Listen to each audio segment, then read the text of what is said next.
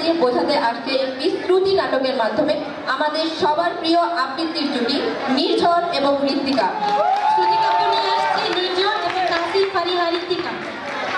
এবং নির্ঝরের আবৃত্তি ঠিক আবৃত্তি নয়, এটা একটি শ্রুতি নাটক।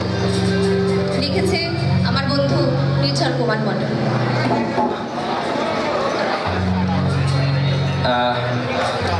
এত সুন্দর সুন্দর পারফরমেন্সের পরে আমরা ভাবলাম যে আমরা তো নিয়মিতভাবে আবৃত্তি করছি, তো এবারে একটু নতুন ধরনের নতুন কিছু আনি। হ্যাঁ, আবৃত্তি আমরা করছি ঠিকই, এটাকে আপনারা বলতে পারেন শ্রুতি নাটক। আমরা ফিরে যাই সেই সময়গুলোতে যে সময়ে চিঠি ছিল ভালোবাসার বাঁধন। চিঠি দিয়ে একজন আরেকজনকে ভালোবাসার কথা, প্রেমের কথা, পাওয়া না পাওয়ার কথাগুলো, বেদনার কথাগুলো বলতো। এখন যুগ বদলে গেছে, ফেসবুক, হোয়াটসঅ্যাপ, ইমো, হ্যান্ড অনেক কিছু চলে এসে, কিন্তু চিঠি যে আবেগ নিয়ে লেখা হতো, এখন আমার মনে হয় না যে ঠিক ওই রকম আবেগগুলো আর ফিরে আসবে। আমরা সেই সব সময়ে ফিরে যেতে চাচ্ছি যে সময়ে চিঠি ছিল ভালোবাসার প্রকাশের মাধ্যম। আবার ফিরে আসি এই সময়ে, যে সময়ে দীর্ঘ 25 বছর পর কোনো এক নারী তার ভালোবাসাকে চিঠি লিখছে এবং সেই ভালোবাসার প্রেমিক পুরুষ সেই চিঠির প্রত্যুত্তর দিচ্ছে। দীর্ঘ 25 বছর পর, মানে এই সময়ের জন্য দুটো চিঠি আমরা আবৃত্তি করছি। আশা করি আপনাদের ভালো লাগবে। আমার চিঠি পেয়ে অবাক হচ্ছ?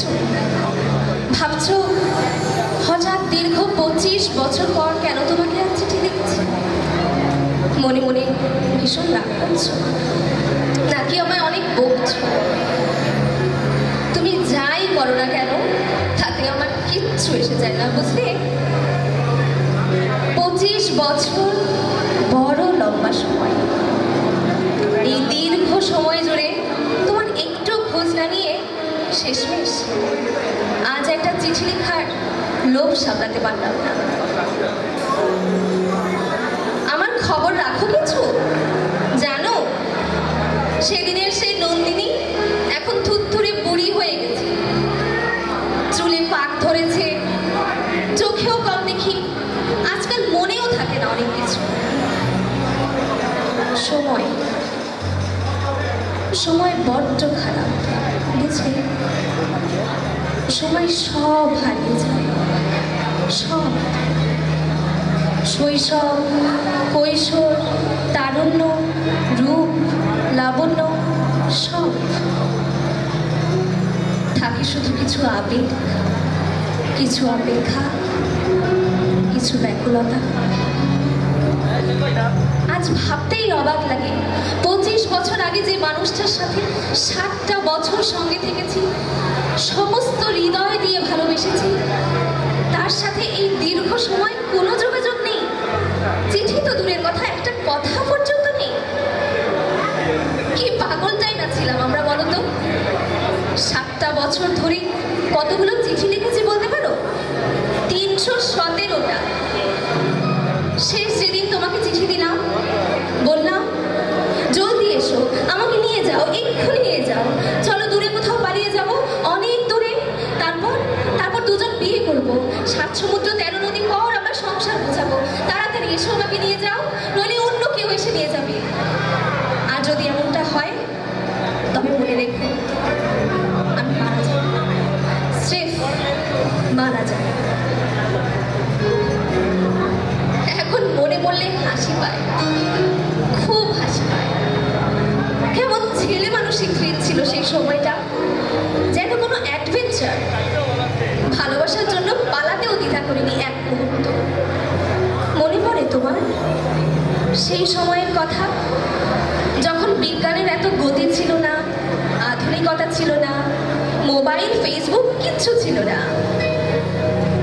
শুধু আবেগ ছিল, ছিল নিষ্পাপ নিখাদ ভালোবাসা। মফস্বলের মেয়ে হয়ে কোন এক অজানা জীবনে পাড়ি দিতে চেয়েছিলাম তোমার সাথে।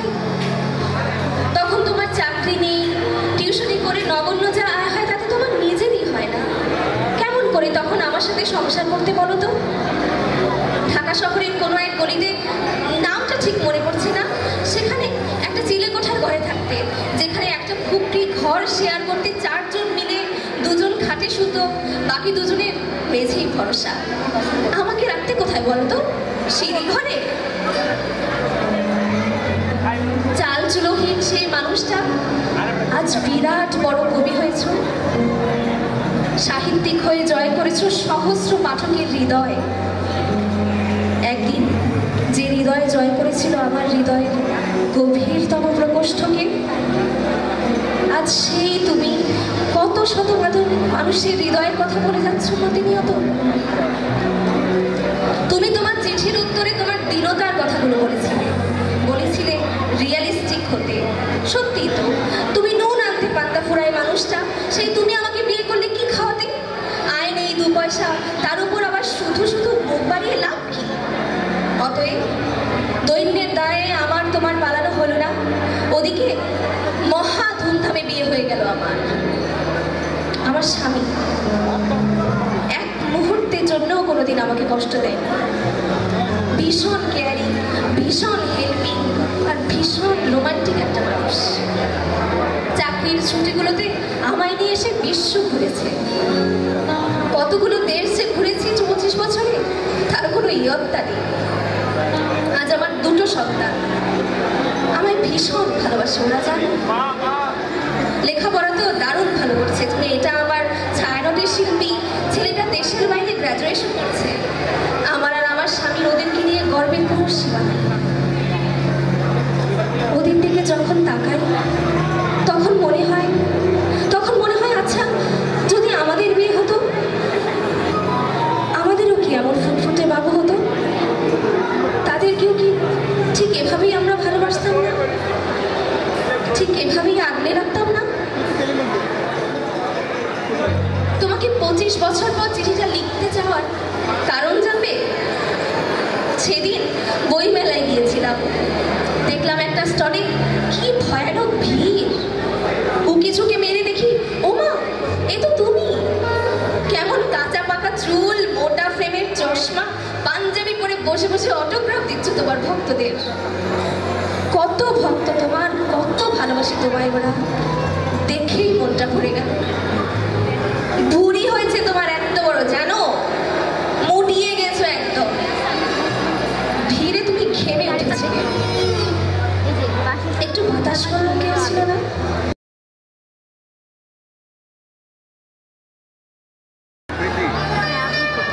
একটা কথা খুব জানতে ইচ্ছে করছে। আগে তোমার কবিতা সবার আগে আমাকে দেখাতে, সবার আগে আমি বলতাম এটা হয়নি, ওটা ভালো লেগেছে, এখানে আরো কিছু যোগ করে তো, কিংবা এই মেলাটা তো মিললো না। আচ্ছা, এখন তোমার কবিতা কে করে প্রথম? কে করে প্রুফ রিডিং এর কাজ? শুনলাম তুমি বিয়ে করনি, কেন? কে খেয়াল রাখে তোমার? শুনেছি কবিদের নাকি অনেক মেয়ে বন্ধু থাকে, সত্যি নাকি কথাটা? ভেবেছিলাম তোমাকে ছাড়া মরে যাবে, একদম মরে যাবে। কিন্তু দেখো কত সুখে বেঁচে আছি। 55 বছরের জীবনের 25 বছর কাটিয়ে দিলাম তো এভাবে। সময়ের সাথে সাথে বুড়ো হচ্ছি, ভাবছি এতটা সময় পেরিয়েছি যখন বাকিটাও কাটিয়ে দেব। শুধু প্রত্যেকটা দিন, প্রত্যেকটা রাত, প্রত্যেকটা মুহূর্ত তোমায় ভাবি। এখনো রোমাঞ্চিত হই আমাদের সেই উথাল পাথাল দিনগুলোর কথা মনে করে। আমার এত সুন্দর করে সাজানো সংসারটা ঠিক আমার হয়ে উঠলো না। সবাই বলে আমার আর আমার স্বামীর জুটি নাকি picture perfect, we are made for each other. আসলেও কি তাই? সেদিন তোমাকে দেখার পর আবার বুঝতে পারলাম সময় বদলেছে, জীবন বদলেছে, কিন্তু তোমার সাথে এই এক জীবন কাটাতে না পারার আকাশ সমান অতৃপ্তি এখনো বদলায়নি এক চুলে। বলতে পারো কেন এমন হচ্ছে? আচ্ছা, আমি কি অন্যায় করছি নাকি শুধুই অপেক্ষা করছি? আমি জানি না, বিশ্বাস করো আমি জানি না। আজ রাখি, যত্ন নিও। সেদিন দেখলাম তোমার শার্টের 3 নম্বর বোতামটা খোলা, মানে ছেঁড়া। নিজের বোতামটা সেলানোর এই সামান্য অভ্যাসটা এখনো রপ্ত করতে পারোনি, তাই না? আর কবে পারবে? আমি ভালো আছি, তুমিও ভালো থেকো। ইতি,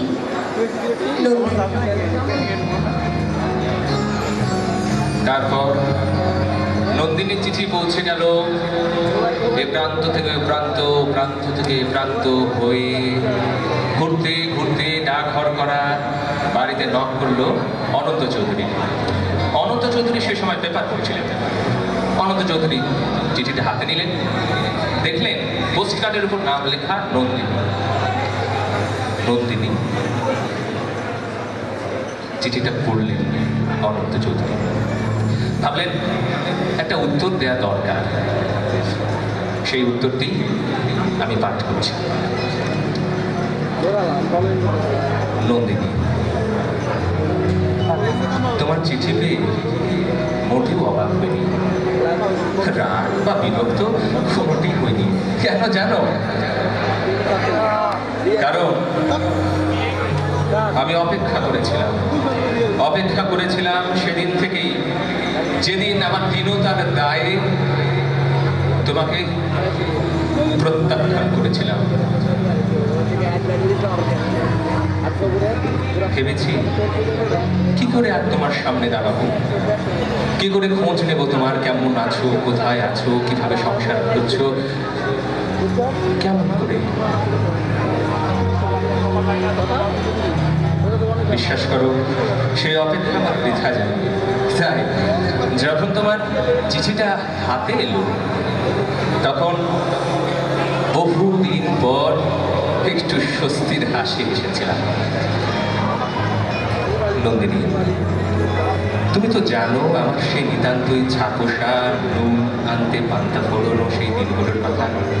খুবই ঘরে কিভাবে আমার যৌবনের দিনগুলো কেটে গেছে সেসব তুমি জানো।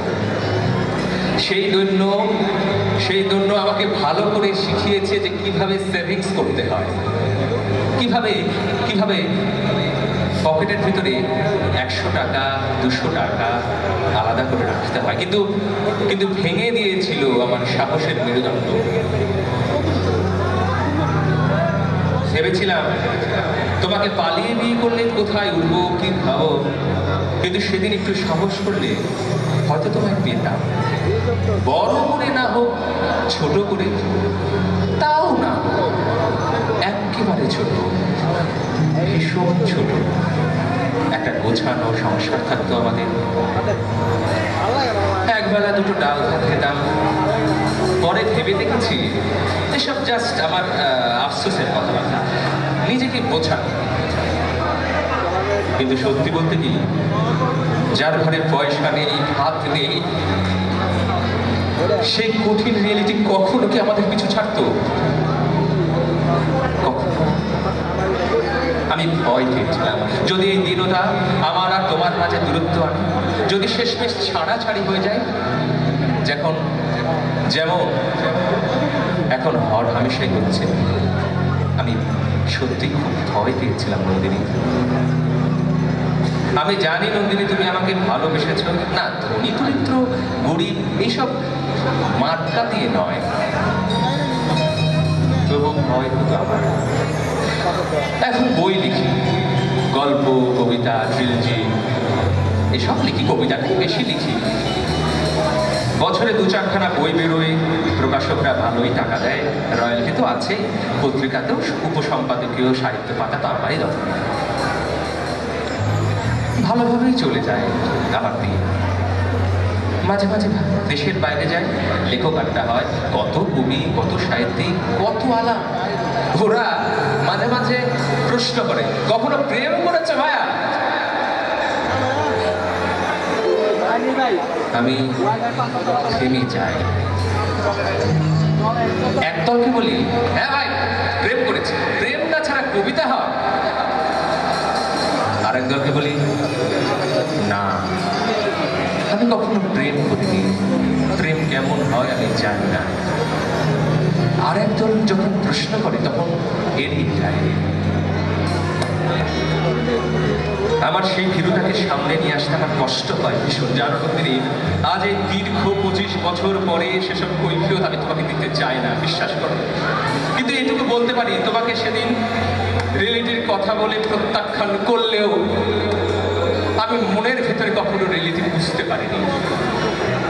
শুনেছি পুরুষদের নাকি কাঁদতে হয় না, কিন্তু বিশ্বাস করো সেদিন সেই চিঠি লিখবার পর আমি জন্মের কান্না কেঁদেছিলাম। না, তোমাকে হারানোর জন্য নয়, তোমাকে প্রত্যাখ্যানের জন্য, তাও আবার আমার দীনতা, আমার গরিব পড়ার জন্য। নন্দিনী, বিশাল এক ভক্তকুল আমার হয়েছে ঠিক, এখন আমার বই বেস্ট সেলার হয়, দেশে বিদেশে পুরস্কার পাই, পদক পাই, আমি ভীষণ গর্বিত, বুঝছো। কিন্তু মনে হয় লেখাগুলো কেউ ঠিক পড়ছে না। না, আমি পাঠকদের খাটো করতে চাচ্ছি না, আমার কাছে মনে হয় ওই লেখাগুলো কেউ যেন ছুঁয়ে দিচ্ছে না, কেউ ছুঁচ্ছে না। সবাই তো পড়ে, কিন্তু ছুঁই কজন বলো? এত লেখা এক জীবনে লিখেছি, সব তোমার কাছে এলে পরাজিত হয়ে যায় নন্দিনী। আমার কবিতা প্রথম কেবল আমি দুনিয়া। হ্যাঁ, মেয়ে বন্ধু হয়েছে আমার অনেক, কিন্তু আমার লেখাগুলো বোঝার মতো নির্ভরতার বন্ধু, নির্ভরতার ভালোবাসা আর একটাও হয়নি। তোমার বোঝানো সংসারের কথা শুনে বেশ ভালো লাগে। সন্তানগুলো মানুষ করেছো, কেয়ারিং স্বামী দিয়েছো, এই তো চাই। কিন্তু যখন আমাকে ভাবো আমার কাছে সেটা অন্যায় বা পাপ মনে হয় না, আমার কাছে একদমটা পাপ মনে হয় না, বিশ্বাস করো। আমার কাছে মনে হয় তুমি আমাকে কাঙালের মতো ভালোবাসো। তুমি আমাকে ভালোবেসে আমাকে জিতিয়ে দিয়েছো নন্দিনী। ভালোবাসাটা না হয় মনের মধ্যেই থাকুক, কাউকে বুঝতে দিও না। এত পাঠকের মাঝে আমি তো তোমাকে খুঁজি, বাইরে গেলে তোমাকে তো সঙ্গী হিসেবে চাই। তার দিন আমার ভালোই কেটে যাচ্ছে। সময়ের সাথে তুমি বুড়ো হচ্ছ, আমিও একটু একটু করে এগিয়ে যাচ্ছি মৃত্যুর পথে। তাতে কি, তোমাকে তো পেয়েছি আমি সর্বদা, আমার আর কোনো আফসোস নেই। আমিও ভালো আছি, তুমি সুখে থেকো। তোমার অনন্ত চৌধুরী।